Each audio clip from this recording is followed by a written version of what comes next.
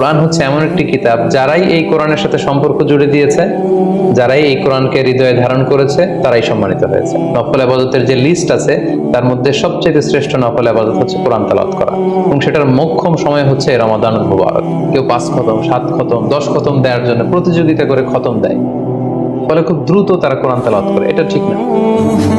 যেহেতু রমাদানুল মুবারক এটা কোরআন নাজিলের মাস, আল্লাহ তাআলা বলছেন শাহরু রমাদান আল্লাযী উনজিলা ফীহিল কুরআন।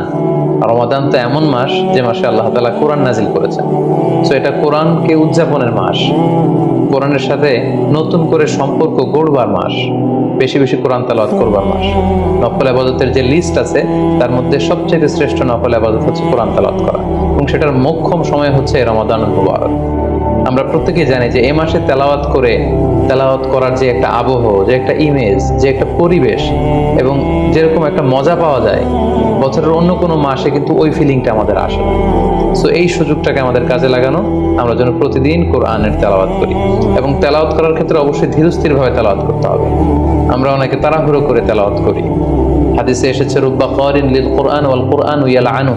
কোরআনের অনেক তেলাওয়াতকারী আছে যাদেরকে কোরআন রহমত দেওয়ার পরিবর্তে লাআনত দেয়, কার্ডস করে, অভিসম্পাত করে। তাই তাড়াহুড়ো করে আমরা যেন কোরআন তেলাওয়াত না করি। রমাদান আসলেই দেখা যায় কিছু কিছু মানুষ কোরআন খতম করবার জন্য উঠে পড়ে লাগে।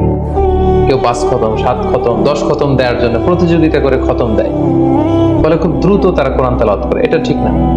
খতম দেওয়ার জন্য উঠে পড়ে লাগা উচিত হবে না, বরং আপনি ধীরস্থির ভাবে তেলাওয়াত করুন।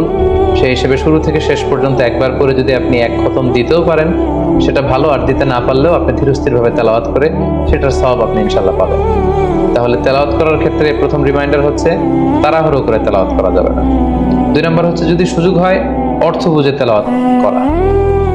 আমরা কয়েকটা সূরা স্পেসিফাই করতে পারি যে এই রমাদানে আমি এই সূরাটা পড়ব, এই রমাদানে এই সূরা শুরু থেকে শেষ পর্যন্ত এর মর্মার্থ, এর বঙ্গানুবাদ, এর যে শিক্ষা, লেসন, এটা আমি জানবার চেষ্টা করব। সম্মানিত দিনী ভাই এবং বোনেরা, কোরআন হচ্ছে এমন একটি কিতাব, যারাই এই কোরআনের সাথে সম্পর্ক জুড়ে দিয়েছে, যারাই এই কোরআনকে হৃদয়ে ধারণ করেছে, তারাই সম্মানিত হয়েছে। একটু খেয়াল করে দেখুন, সাইয়েদনা জিবরিল আলাইহিস সালাম উনি কোরআন নিয়ে আসমান থেকে পৃথিবীতে নেমেছিলেন। কোরআনকে নিয়ে আসার কারণে উনি হয়েছেন শ্রেষ্ঠ ফেরেশতা। আল্লাহ রাসূল সাল্লাল্লাহু আলাইহি ওয়াসাল্লামের উপর কোরআন নাজিল হয়েছিল, তাই তিনি হয়েছেন শ্রেষ্ঠ রাসূল। এই রমাদান মাসে কোরআন নাজিল হয়েছে, তাই রমাদান মাস হচ্ছে 12টা মাসের শ্রেষ্ঠ মাস, সাইয়্যিদুশ শুহুর। কদরের রাতে এই কোরআন নাজিল হয়েছিল, তাই কদরের রাত হচ্ছে পৃথিবীর শ্রেষ্ঠ রাত। আমরা উম্মতে মুহাম্মাদি, আমাদের উপর কোরআন নাজিল হয়েছে, তাই আমরা হয়েছি খায়রু উম্মাহ, শ্রেষ্ঠ জাতি। আমাদের মধ্যে থেকেও যারা কোরআনের সাথে অ্যাটাচমেন্টকে বাড়াবে, কোরআনকে যারা ধারণ করবে, তারা হবে পৃথিবীর শ্রেষ্ঠতম মানুষ।